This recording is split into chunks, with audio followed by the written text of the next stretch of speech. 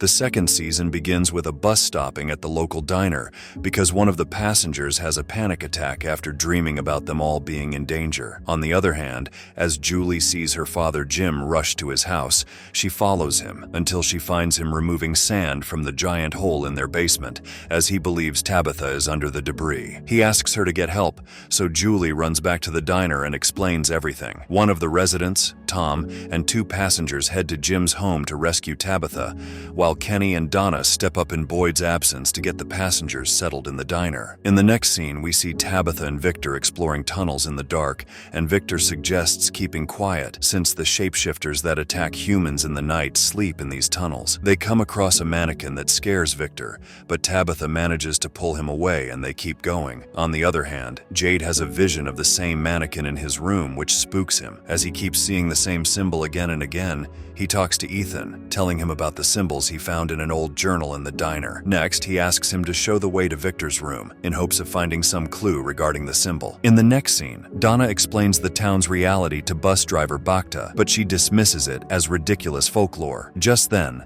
Elgin has a seizure, and Marielle, another passenger who happens to be a nurse, comes to his aid. A few moments later, Marielle and Christy break down when they see each other, and it is revealed that Marielle is Christy's fiancée. Meanwhile, Jim's house collapses and the four men are trapped beneath. As it is almost nightfall, Julie starts panicking about getting her father out. However, Jim convinces her that they don't have enough time to remove the structures slowly enough to rescue them, and asks her to get to safety. The townspeople manage to rescue one of them and put tarps on the collapsed house to shield them from the monsters. Back at the diner, the bus driver is intent on leaving town, so Donna shoots one of the bus wheels, leaving the passengers with no option. While some flee, the other passengers are ushered into the diner by Donna and Kenny. Meanwhile, Boyd finds himself stuck in a mine shaft lined by stones. Shortly after, he hears a voice from above, and someone throws him a rope. Once he climbs up, he realizes that the voice belongs to Martin, an old emaciated guy chained to the wall, who asks Boyd to kill him. Boyd tries to break him free, claiming that he has found a way to keep them safe from the monsters, but Martin tells him that it is not the monsters he is afraid of. Suddenly, a music box lying on the ground starts playing on its own, and Martin warns Boyd that they will come as soon as the music stops. Boyd is able to free one of Martin's arms,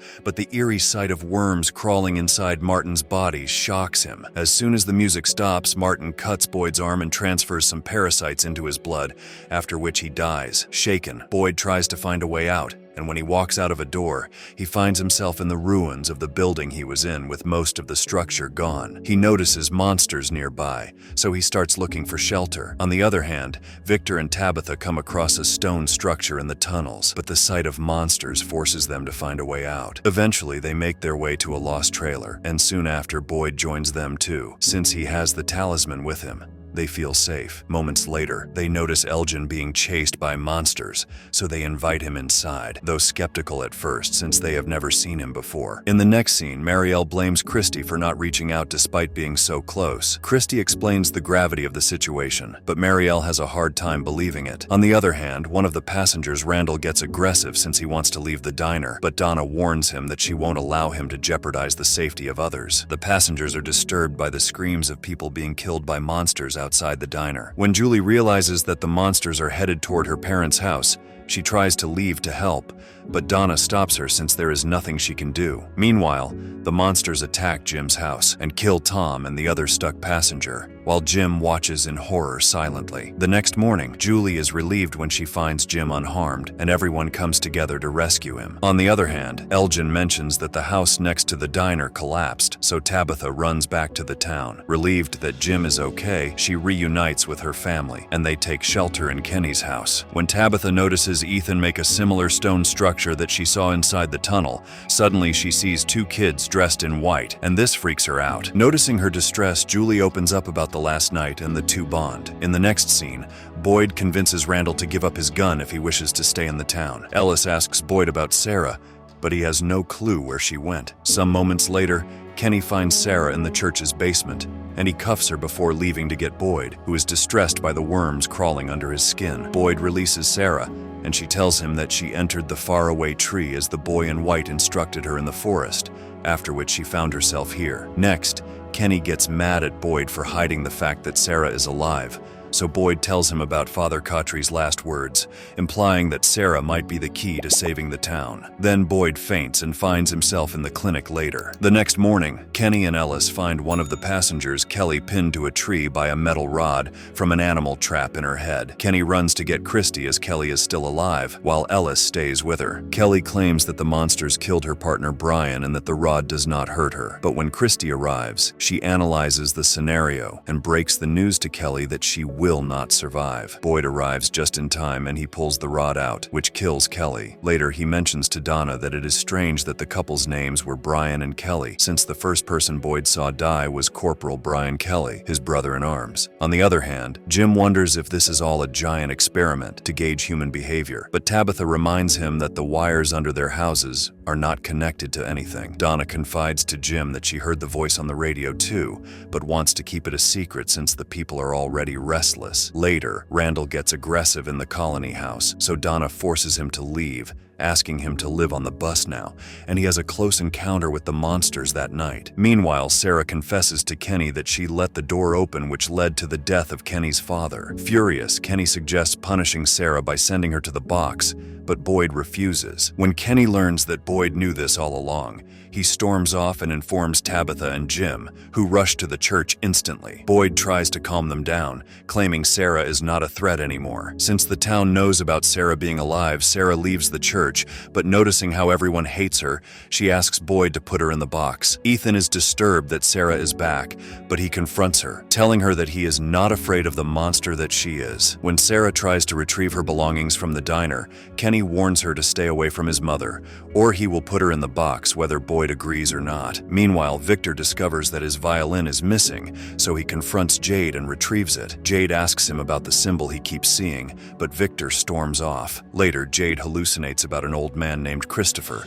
holding the notebook with the symbols, which suddenly starts dripping blood. Next, Victor visits him, and Jade apologizes to him, after which Victor brings him to a field with several abandoned cars that he calls the car graveyard. Jade plays the violin at Victor's request, who tells him that it was his mother's and that she used to play for him whenever he was scared. Then he tells him about Christopher, who was once a funny guy, but ever since he started seeing the symbol, things turned for the worse. One day, Victor's mother asked him to hide in a safe spot so no one would find him, and when he finally got out, little Victor found out that all the townspeople had been killed. This spooks Jade and he leaves. On the other hand, Jim talks to Boyd, telling him that though he doesn't agree with the way how Boyd hid Sarah, he believes she is not a serial killer but a broken girl. Then he tells Boyd about the radio signal and how it addressed him by the name, which is why Jim thinks they are being watched. Boyd promises to talk later and leaves. In the next scene, Tabitha is inspired by Ethan's courage, and deciding to face her demons, she heads to the opening in the forest where she gets out of the tunnels and makes a stone pile statue. Just then,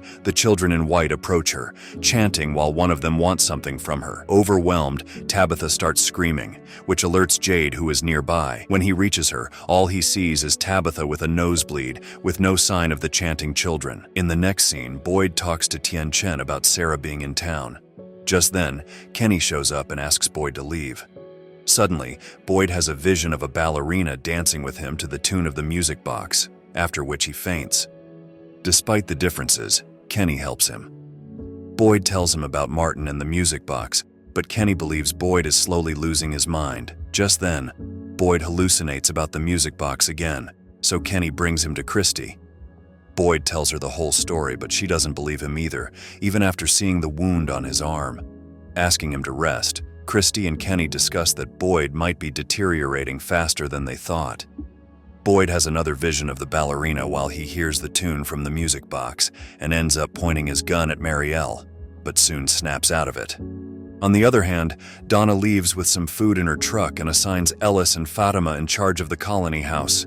Ever since the storm, the harvest has been destroyed, so the food supplies run low. This triggers Dale, a resident of the colony house, who demands the passengers be denied food. Things get heated and he stabs Ellis, who starts bleeding. Despite it being dark, Elgin drives Ellis and Fatima to the clinic, where they get in safely. Christy manages to control the bleeding, but since Ellis has lost a lot of blood, he needs a transfusion. Boyd is a match, but he hesitates since he doesn't want to transfer what he has to his son. Kenny holds him at gunpoint so they can save Ellis, But suddenly Boyd feels something moving in his body, and soon everyone sees the parasites under his skin. Realizing that Boyd was telling the truth all along, Kenny asks him to transfer whatever he has to him so they can save Ellis, but Boyd refuses. Instead, he cuts his hand and steps outside, where he transfers the parasites to a monster, chanting, "My blood is now your blood," just like Martin had before he died. The monster collapses while Boyd rushes inside the clinic, finally free of the parasites, after which Christy transfuses his blood to save Ellis. As Christy walks out of the room, she notices Fatima, who is emotionally overwhelmed. She asks Christy for a pregnancy test and learns that she is indeed pregnant. Christy assures her that they will take care of her and her baby. The next morning, the group realizes that the monster died, so Boyd suggests that they study the corpse, hoping to find some answers. While Kenny disapproves, Christy vetoes him, and they bring the monster's body inside the clinic. Boyd suggests that Ellis and Fatima return to the colony house, since he doesn't want people visiting the clinic and finding out about the monster's body. During the autopsy, they find out that the monster has innards like a human, but everything is dried up. In her frustration, Christy stabs the monster, and bile flows from the gash. Boyd collects it in a small bottle, hopeful that it might help them fight the monsters. Next, we learn that Christy is helping Marielle with her morphine addiction, and Marielle hallucinates about the monster in her withdrawal. In the next scene, Donna returns to the colony house and feels responsible for abandoning Ellis. She is excited about Fatima having a baby and locks up Dale in a room. Julie and Elgin get along, and the latter tells her that he dreamt of something just before they reach the town, but he can't remember it anymore. Later, when Elgin draws a bath, he suddenly hears the music box, and a monstrous entity tries to hold him underwater.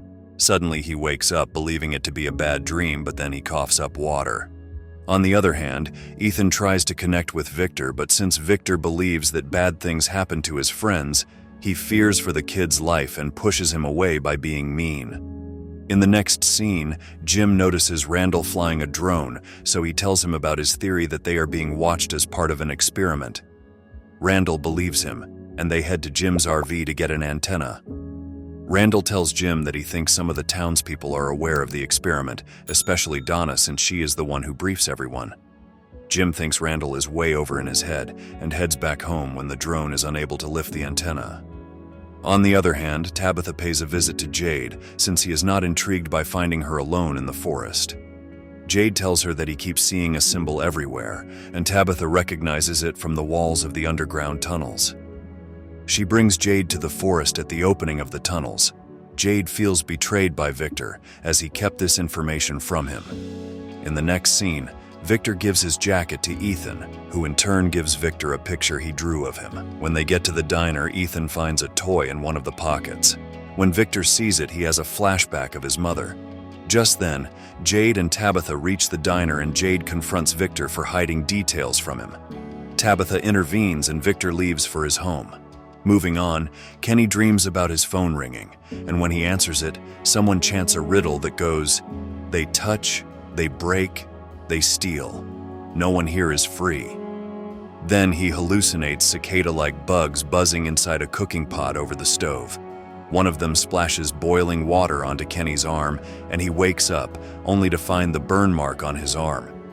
In the next scene, Sarah asks Boyd to let her return to the woods since everyone treats her like an outcast here, but Boyd tells her no. Then he goes to the colony house to talk to Donna about Sarah, where he learns that Elgin almost drowned in his sleep. When Elgin learns about the monster bile, he advises to dip the bullets in bile before shooting the monsters to see if this would kill them. Next, Boyd goes to see Kenny, who tells him about the burn mark from his cicada hallucination. Together, they head to the clinic and are intrigued by a buzzing sound from the basement. As it happens, the monster's body is covered by the buzzing cicadas, so they decide to burn it. Randall watches from afar, and this fuels his conspiracy about the townspeople, especially Donna. Moving on, Tabitha goes to Victor's house and he opens up to her, showing her his drawings from when he was a kid. They head over to the car graveyard, and looking at the drawings, Victor remembers that his mother asked him and his sister Eloise to hide in the cellar while she ran off to save the children. Eloise went after her mother, and Victor didn't budge until the next day when he learned that all the people in town had been killed. Tabitha comforts him and comes across a drawing of the same tower she has been seeing in her dreams. Victor tells her this is where his mother went to save the children. In the next scene, when Boyd and Kenny return to the town after burning the monster, they hear the buzzing sounds of cicadas, followed by Reggie running out of his house screaming. They learn that the cicadas killed his wife Paula, who died in her sleep, while Reggie was unable to wake her up. Before dying, she mumbled the same riddle Kenny heard in his dream. Alarmed, Boyd realizes that something new has hit the town, so he suggests no one sleeps that night. On the other hand, Jim finds Donna tied to a tree by Randall. He tries to free her, but Randall pushes him away. Just then, Boyd shows up and forces Randall to let Donna go. Since Randall tosses the van's keys away, Jim, Donna, Boyd, and Randall are forced to spend the night in the RV. The monsters appear, but they stop at a distance while the music from the music box starts playing on the radio. Boyd warns them that they need to leave, as the music always means trouble. Randall freaks out and breaks a window to escape the RV. Since they are exposed, Jim, Donna, and Boyd rush to the van, even though the latter sees a vision of his wife Abby asking him to return to her. They get back to the colony house, where Elgin remembers that he dreamt of a boy in white saying a rhyme about someone coming for 3 unless you stop the melody. Bacta remembers this rhyme, as her grandmother used to sing it to her. Just then, Marielle hallucinates about cicadas and goes into a trance-like state, as does Julie. The next morning, Ellis proposes to Fatima. When Donna recovers Randall, he is also in a coma like Julie and Marielle. Boyd brings Sarah to the ruins in the forest, where she tells him that he inadvertently let an entity loose and that he needs to destroy the music box or the 3 comatose people will die.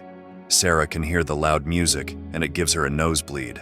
Hopeless, he heads to the church to seek guidance. Donna joins him and asks him to attend his son's wedding.